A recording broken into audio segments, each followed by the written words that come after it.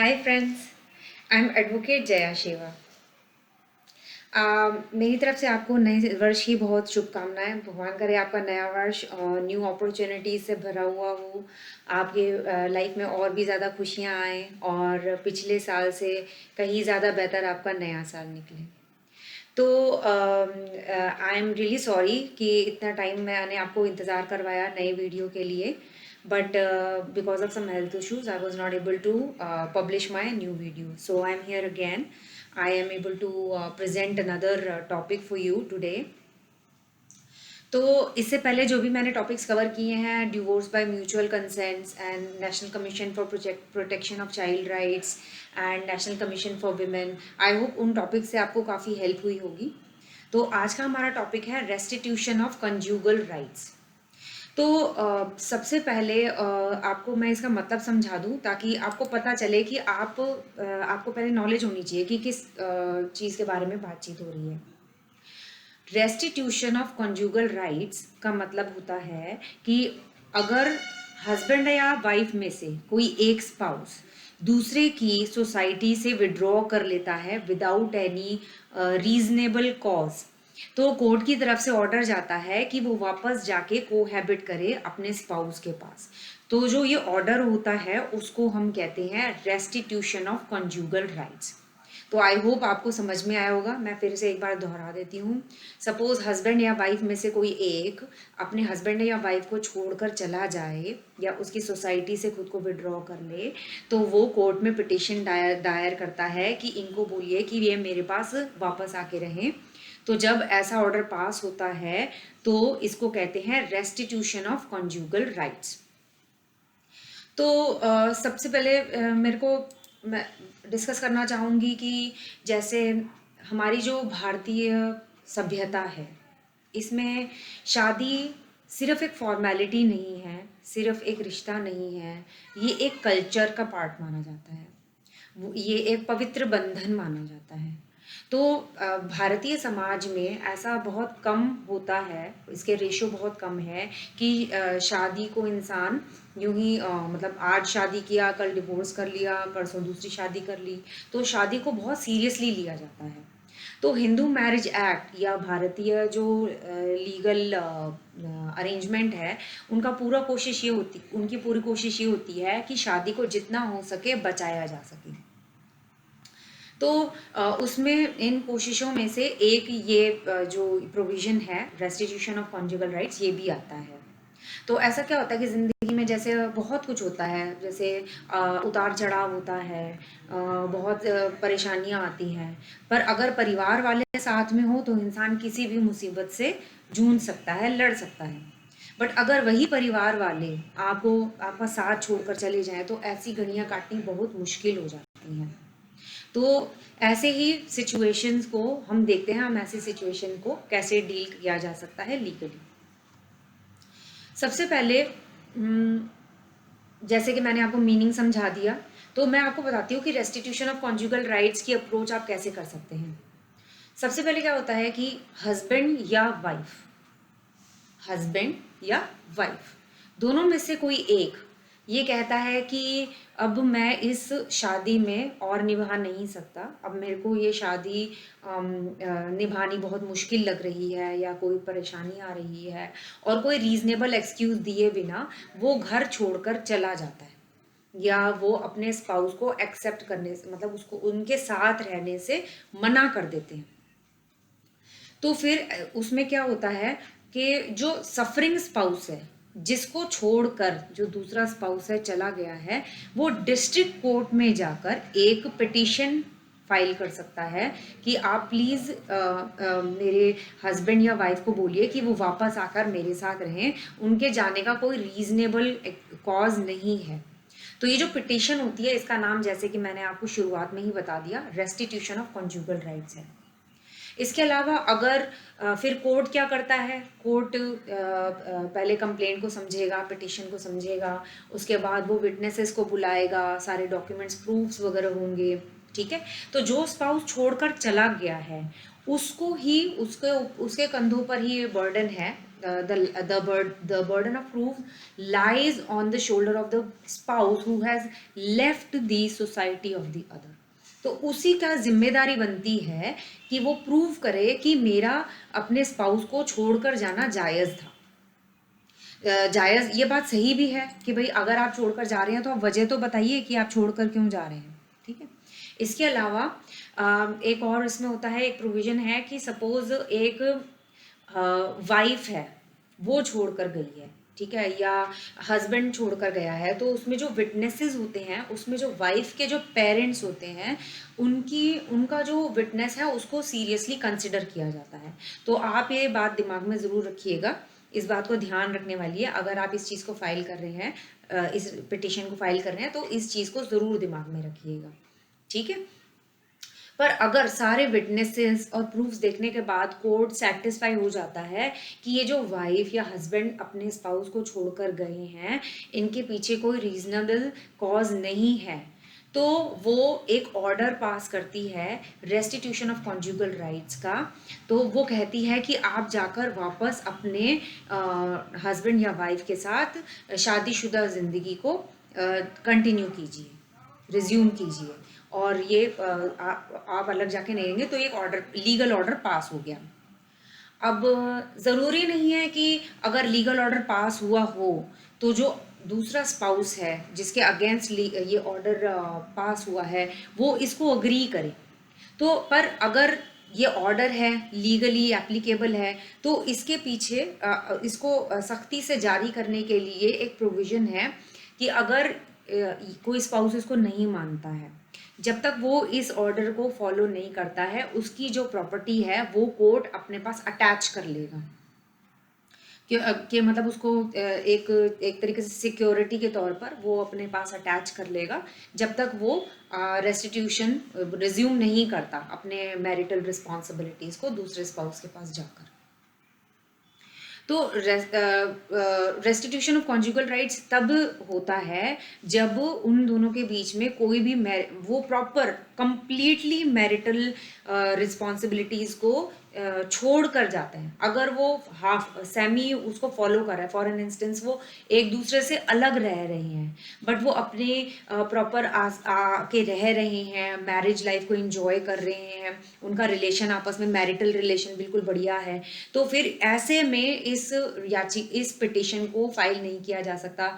इसका कोई रीज़न नहीं बनता है। इसको देखते अगर ऐसा प्रूव हो गया कि ये दोनों मैरिटल रिस्पॉन्सिबिलिटीज़ निभा रहे हैं और जो दूसरा स्पाउस है वो एक तरीके से झूठा इल्ज़ाम लगा रहा है, तो कोर्ट इस याचिका को खारिज कर देगा, ठीक है।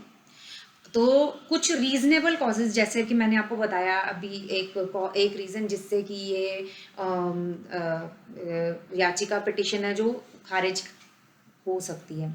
तो कुछ रीजनेबल ग्राउंड्स हैं जिसके बेस पे ये याचिका जो है वो खारिज करी जा सकती है, ठीक है। तो अब मैं रीजनेबल ग्राउंड्स डिस्कस करती हूँ कि कौन से रीजनेबल ग्राउंड्स पे अगर स्पाउस छोड़कर गया है तो कोर्ट उसका साथ देगी, ये ऑर्डर पास नहीं करेगी।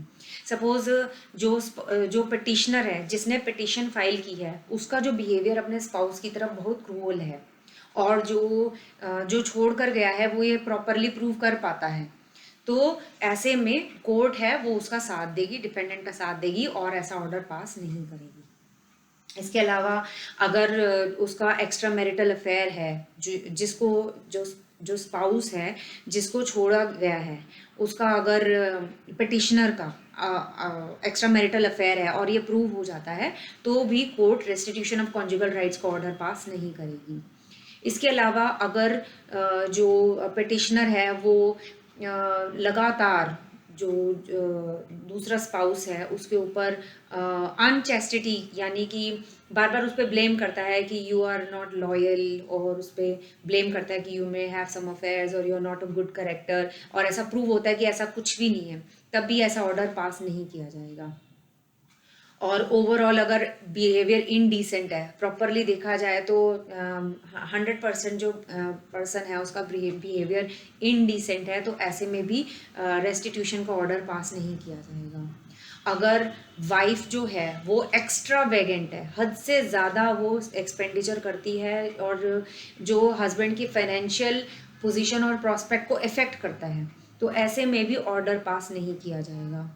अगर हस्बैंड या वाइफ दोनों में से किसी को भी एक्सेसिव ड्रिंकिंग की प्रॉब्लम है और जिसके कारण उनके घर में कभी कभी ऐसा होता है कि एक्सेसिव ड्रिंकिंग है, बिल्कुल मतलब सरवाइव करना ही मुश्किल हो जाता है, तो एक्सेसिव ड्रिंकिंग जो है वो सिचुएशन पे डिपेंड करती है, ये कोर्ट डिसाइड करेगा। आपको सिर्फ प्रूव करना है कि इनकी ड्रिंकिंग की हैबिट्स ऐसी हैं और इनसे आपको क्या प्रॉब्लम्स फेस हो रही हैं or which is unbearable to you. So it and leave up to the court. Then like if your issue is genuine, then court will certainly help you and it will not pass the order.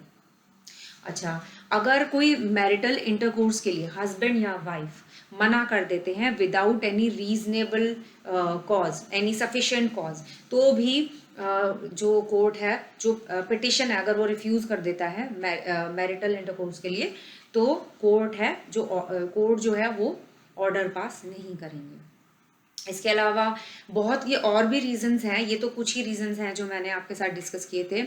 एक और बड़ा reason है कि for an instance शादी के बाद अगर जो स्पाउस है, जो पिटिशनर है, उसको इनसैनिटी की प्रॉब्लम हो जाती है, उसके जो मेंटल इलनेस हो जाती है कोई, जिसके कारण इतना जो वायलेंस क्रिएट होने लग जाता है, तो सपोज वो वायलेंट हो जाता है जो पिटिशनर है इनसैनिटी के कारण, तो ऐसे में भी ऑर्डर पास होना मुश्किल है।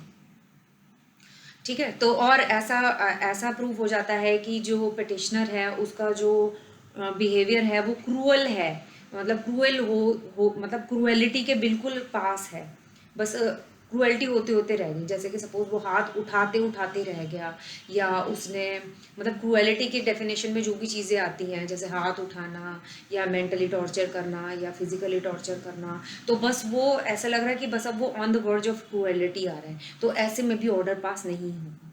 तो ये डिपेंड करता है कि आप अपने पार्ट को कितने अच्छे से प्रेजेंट करते हैं और आपकी रीजंस कितनी वैलिड हैं, तो कोर्ट आपके फेवर में ही जाएगी। चलो, ये तो हमने रीजनेबल कॉजेज डिस्कस कर लिए। अब अनरीजनेबल कॉज, यानी इन रीजंस का कोई मायने नहीं है कोर्ट के सामने, वो भी जानना ज़रूरी है। ठीक है, जैसे कि फॉर एन इंस्टेंस एक आपको एग्जांपल देती हूँ। एक केस हुआ था जिसमें जो हस्बैंड है वो वाइफ को छोड़कर चला गया था और कह रहा था कि जब हमारी शादी हुई थी तो जो हिंदू मैरिज एक्ट के सेक्शन 5 है जिसमें वैलिड मैरिज को डिफाइन किया गया है, उसके अकॉर्डिंग एक या दो कंडीशंस पूरी नहीं हुई थी। तो जब आप छोड़कर चले गए हो, इस स्टेज पे आकर ये रीज़न एक कोर्ट के लिए इनवैलिड कहलाएगा, क्योंकि शादी के आपने इतना टाइम शादी के बेनिफिट्स लिए हैं, शादी को एंजॉय किया है, बट जब आप चाहते हैं आप एकदम से कोई वैलिड मैरिज का एक्सक्यूज देकर आप अपने रिस्पॉन्सिबिलिटी से किनारा नहीं कर सकते। इसके अलावा इम्प्रॉपर बिहेवियर है जो एडल्ट्री से मिलता जुलता है। जैसे कि एडल्ट्री का मतलब क्या होता है कि भाई अपने हस्बैंड या वाइफ के अलावा किसी और से संबंध होना, तो संबंध होने जैसा ही कुछ हो, संबंध प्रूव ना हो पाए बट वैसा ही कुछ हो, तो भी कोर्ट ऐसा ऑर्डर पास कर सकता है। ठीक है, तो फिर ये जो सपोज अगर आप ये प्रूव नहीं कर पाए कि उसके संबंध हैं, बट आपको शक है या आप ऐसा बताते हैं कि भाई मुझे ऐसा लगता है और ऐसे ऐसे ऐसे प्रूफ्स हैं, तो अगर एडल्ट्री प्रूव नहीं होती है तो कोर्ट रेस्टिट्यूशन के ऑर्डर पास कर सकता है। इसके अलावा मेरे हस्बैंड जी बहुत गुस्सा करते हैं या मेरी वाइफ को का टेम्पर बहुत शॉर्ट है और बात बात पे गुस्सा करते हैं, और मतलब जैसे उनका बिहेवियर काफ़ी गुस्से में तो बहुत तेज़ गुस्सा करते हैं, तो ये जो अप्स एंड डाउन्स हैं बिहेवियर, ये जो नेचर के हैं, जो टेम्परामेंट है, या इनकी कुछ आदतें मुझे अच्छी नहीं लगती, तो ये सब चीज़ें भी कोर्ट एक्सेप्ट नहीं करेगा। ठीक है, इसके अलावा जैसे कि मैंने बताया कि भाई थोड़ा गुस्सा ज़्यादा करने का, लंबा गुस्सा काफ़ी ज़्यादा खिंच जाना, या एकदम से गुस्से का फट पड़ना, इंसान को गुस्से में फट पड़ना, तो ये भी एक्सेप्टेबल नहीं है। इसके अलावा कि सपोज़ अगर हस्बैंड है और वो पहले से ही शादीशुदा थे और उनके बच्चे हैं, तो जो वाइफ है जो अब अपने स्टेप चिल्ड्रन को देख रही है, तो उनकी अगर अपने स्टेप चिल्ड्रन से नहीं बन रही है या उनको कोई प्रॉब्लम है अपने स्टेप चिल्ड्रन से, ये रीज़न दे के वो अपने स्पाउस के सोसाइटी से विड्रॉ नहीं कर सकती है। तो इसमें भी रेस्टिट्यूशन का जो ऑर्डर है वो पास किया जाएगा। इसके अलावा कभी कभी ऐसा होता है कि फॉर एन इंस्टेंस कि शादी के कुछ टाइम बाद हस्बैंड या वाइफ को पता चलता है कि भाई इनका तो शादी से पहले ही कोई मिसकंडक्ट हो चुका है, रिलेशन रह चुका है, फिजिकल हो चुके हैं, बट उससे कोई प्रेगनेंसी रिजल्ट नहीं हुई है। तो ऐसे में भी कोर्ट के लिए ये रीजनेबल एक्सक्यूज एक्सेप्ट नहीं होगा। This will not be accepted as a reasonable excuse. Okay, then as I just mentioned in the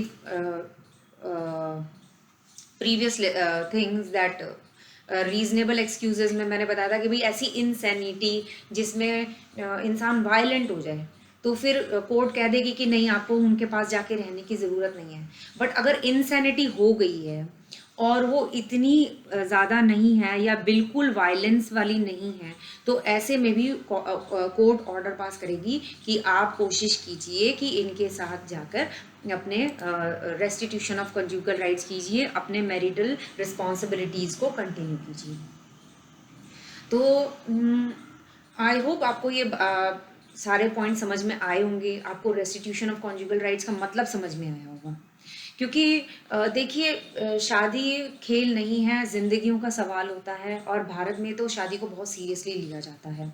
तो जैसे कि मैंने आज डिस्कस किया meaning of conjugal rights, meaning of restitution of conjugal rights. Restitution of conjugal rights का मतलब क्या होता है कि अगर एक स्पाउस छोड़कर चला गया है तो उस स्पाउस को कोर्ट बोलती है कि आप वापस जाके अपने हस्बैंड या वाइफ के पास रहिए।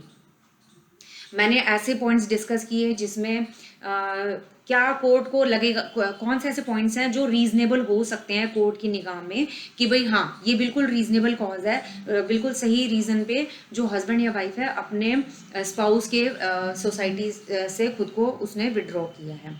कौन से ऐसे पॉइंट्स हैं जो अनरीजनेबल हैं, जिनको कोर्ट वैलिड नहीं मानता है कि भाई on these reasons you should, the court will say that on these reason it is not taken that you will leave your husband's or you will withdraw from your husband or wife's society.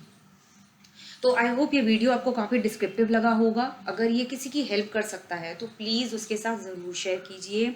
मैं आपका time देने के लिए मैं आपकी बहुत आभारी हूँ। और अगर आपको मेरे वीडियोस पसंद आते हैं तो प्लीज़ सब्सक्राइब कीजिए मेरे चैनल को, लाइक बटन प्रेस करना ना भूलें। और इन केस अगर आपको कोई क्वेश्चन है, कोई भी आपको मेरे से कोई भी कमेंट हो या क्वेश्चन हो तो प्लीज़ पूछिए। बट मैं आपको ये सजेशन ज़रूर देना चाहूँगी कि आप इसको एक लीगल सलाह मत समझिएगा।